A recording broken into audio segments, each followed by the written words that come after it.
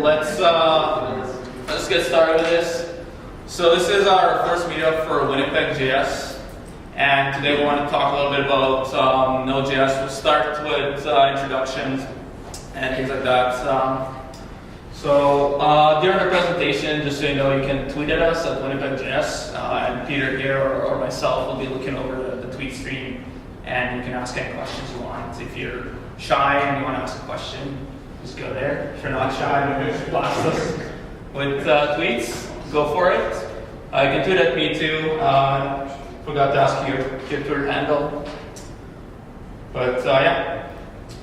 So let's, like I said, let's get started with a little bit of introduction. We'll just go around the room and each one of you can introduce themselves. So just tell us your name, basically, what you do for a living, why you like JavaScript, or why you're here, and what do you expect. So let's get started from there. We'll get on the block. So Definitely is. Peter, you want to introduce yourself? I'm Peter. Some of you know me already. I work for DMT2. Do their web development, try to focus there on the front-end development, or like writing JavaScript. And in the last, I guess, half a year, went more in depth with JavaScript, experimented with it, and started to like it. Then Node.js came around and really hit me, and was exciting. It's because JavaScript on the front end part was exciting to me already. So doing this on the server and using one language for everything, I really like the idea of that. So right now, in my spare time, I try to do some Node stuff with Mike. We're working on a project. It's all JavaScript from front to back. I graduated from university, so I learned most of my web development skills pretty much doing on the job, on my core terms at DMT. So they taught me really well. Yeah, so I'm just going to introduce myself. So I'm actually with that. A lot of you already probably know me. I hope so. At least I do just about whatever I want, basically. That's what I do. I do consulting, so I pick and choose what I want to do. And Node is something I want to do, so I choose it.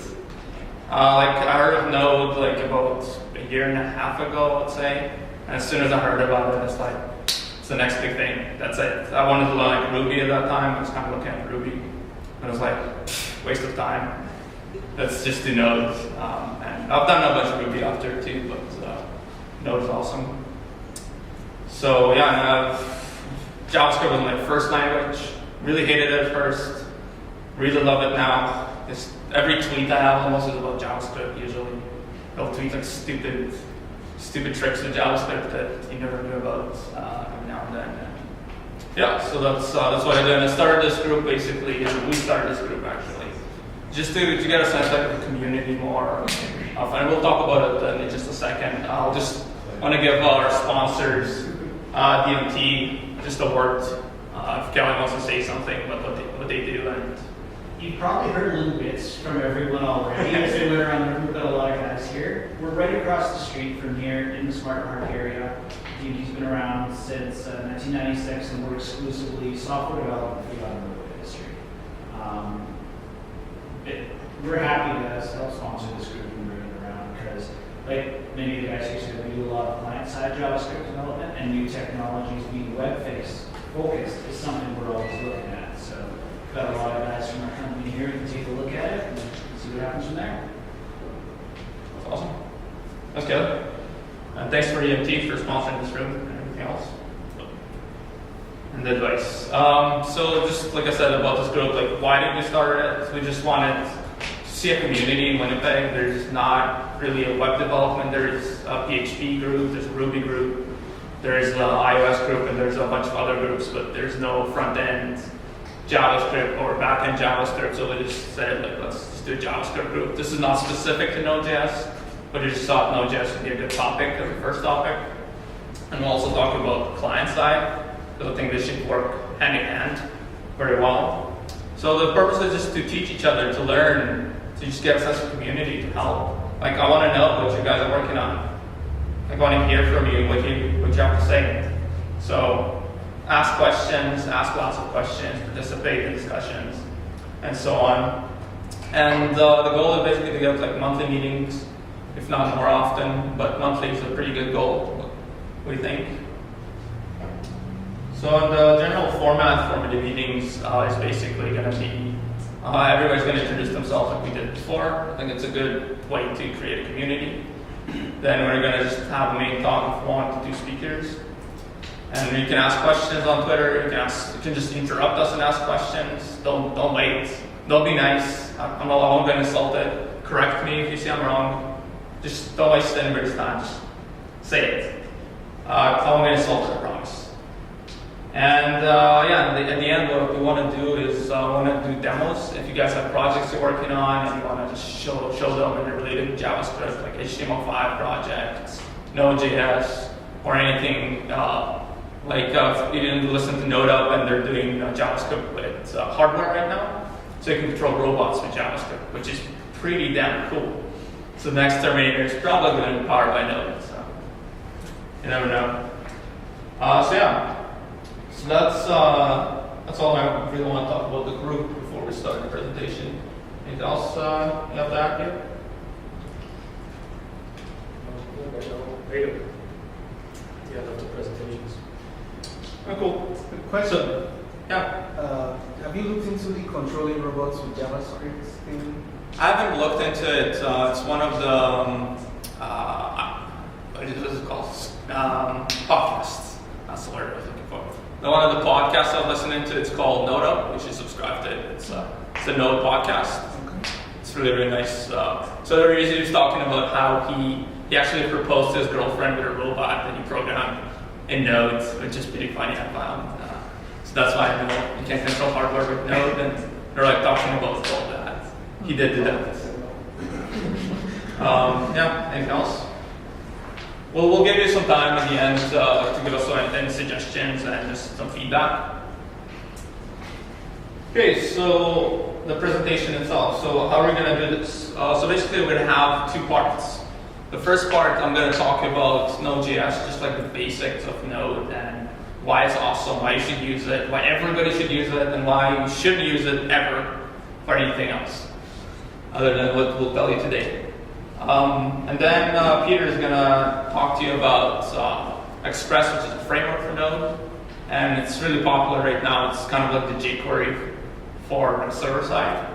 So we think you should know that to be able to actually make some actual real-life applications the way Node did before.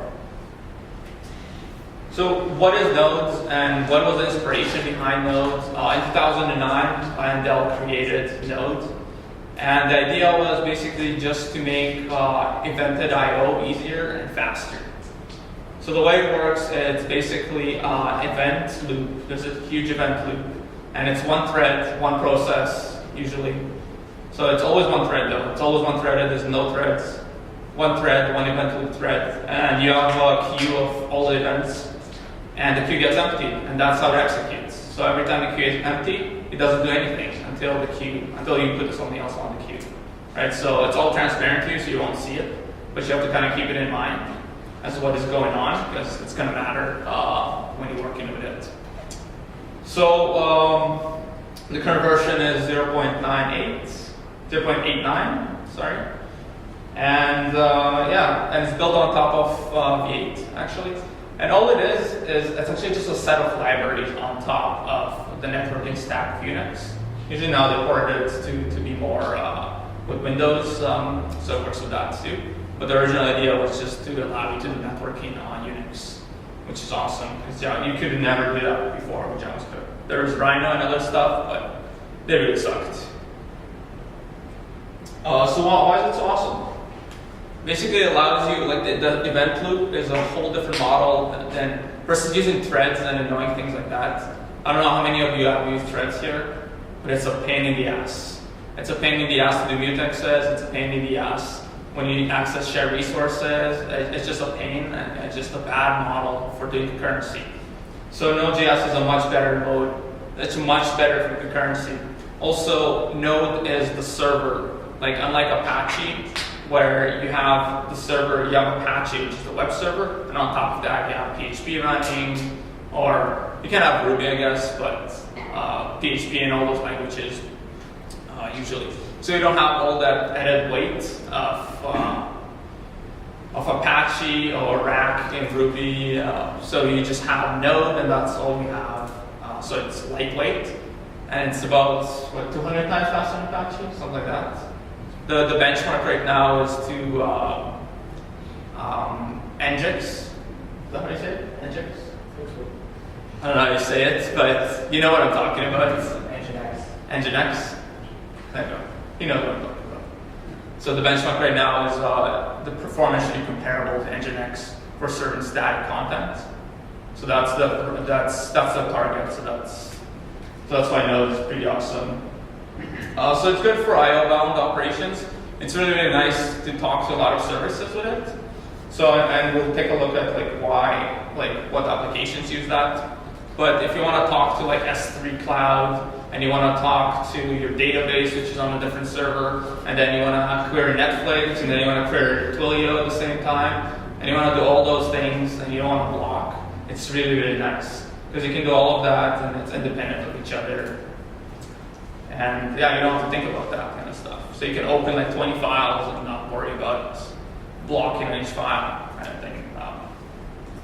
So it's really good for real-time soft applications. And by soft, it's kind of important to know the difference between soft and hard real-time applications.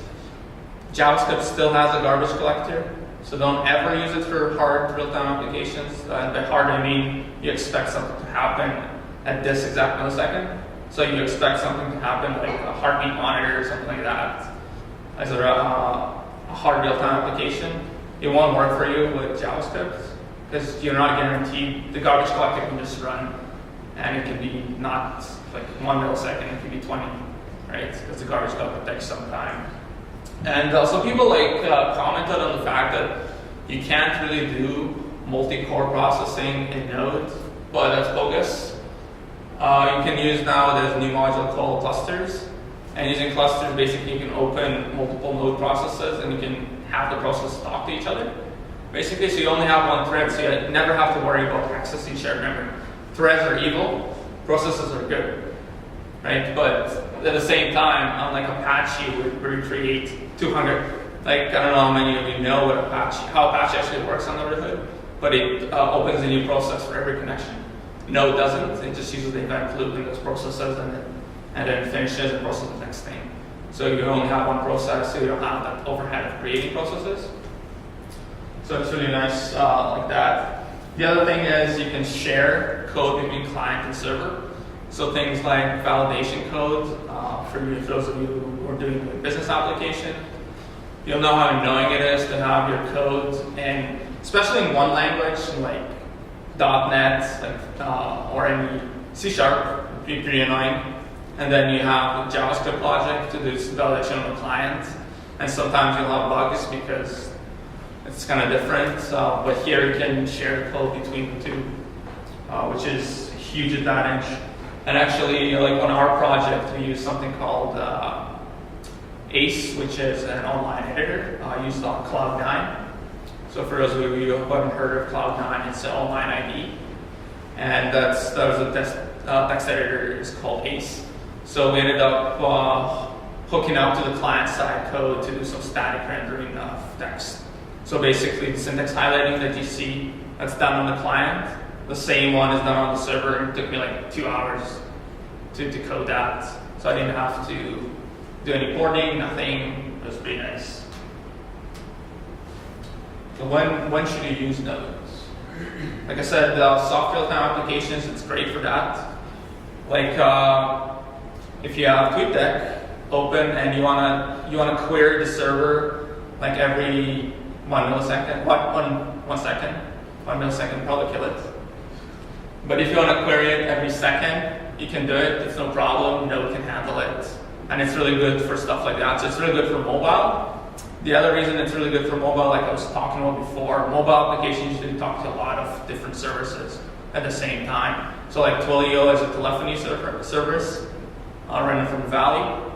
So you can send SMS messages and stuff like that. So you can talk to Twilio, you can talk to Parse, you can talk to S3 Cloud. They have dev modules for all of that stuff. So it's pretty easy to do that. And you can do it all concurrently. So you can send a text message while you're also logging some stuff, while you're also querying the database. So, which is nice, because you don't have to wait. Socket.io. I haven't done too much Socket.io, so I can't really talk too much about it. Did anybody of you do Socket.io with Node before? But from what I've seen, at least, it's really nice to do Socket.io with Node and HTML5.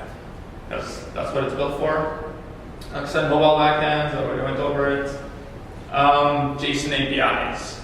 That's just awesome.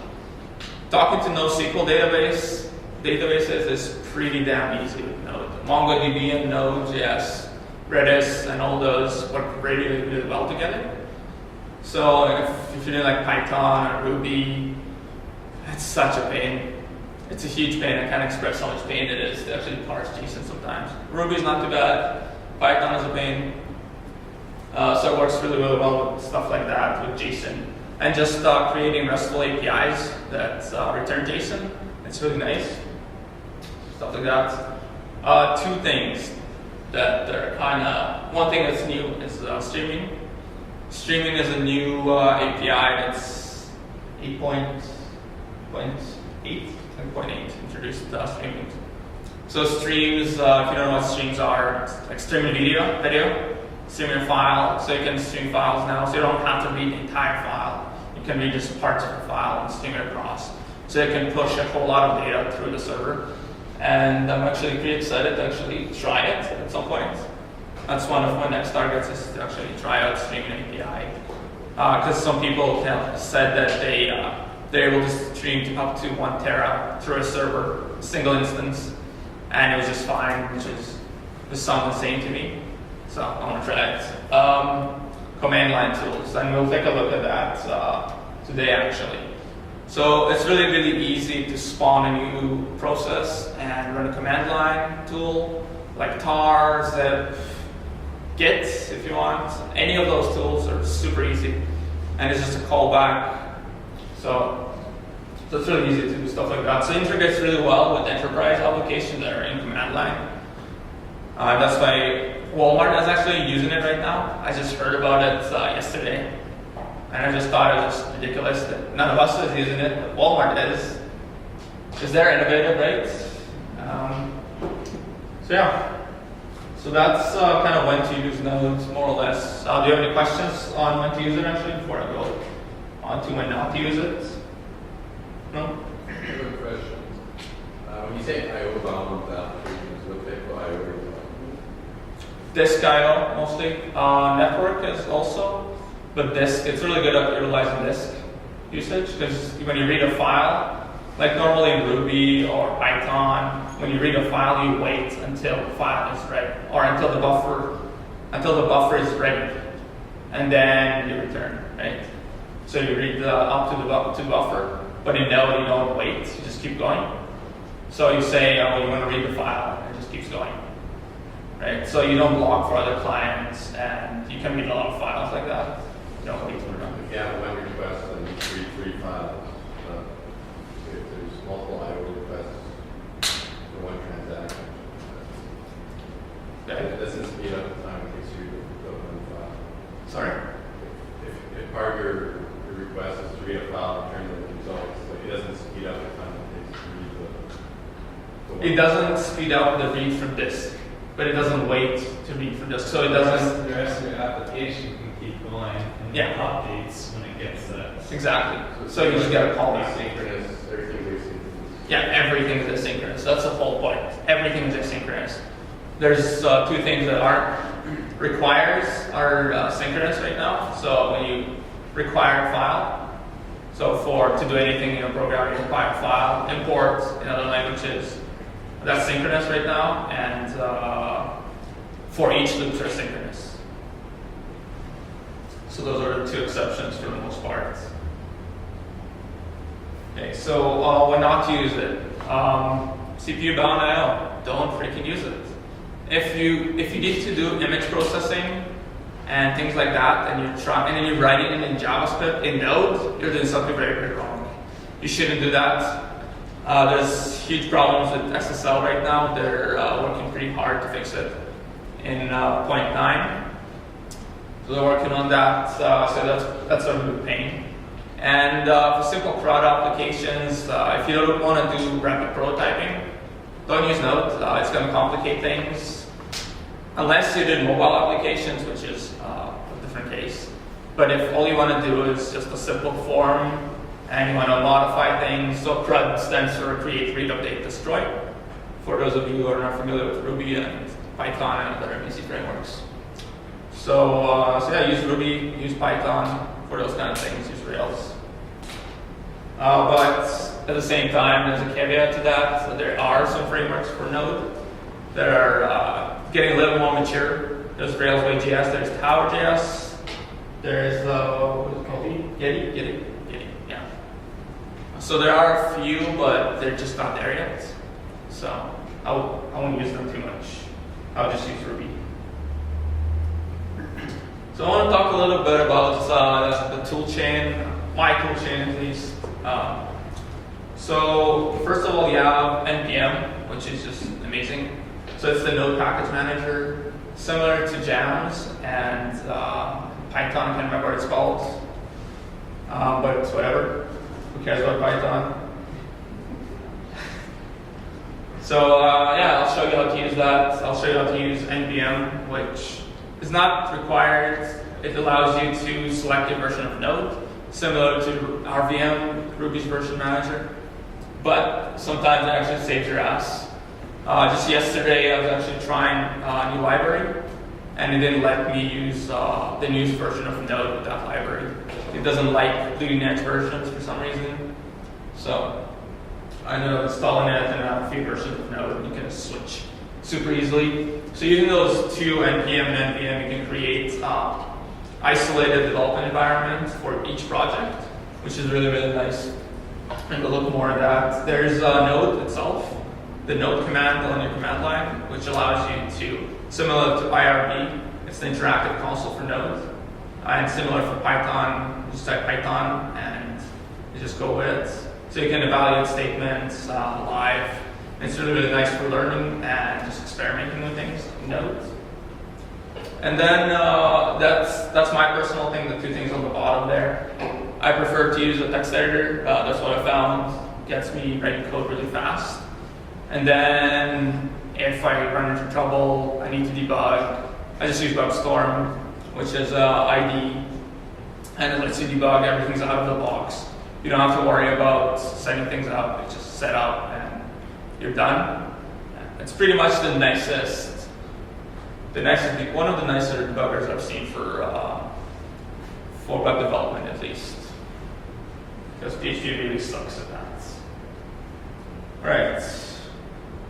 So any questions on that before we go on to a demo and some code?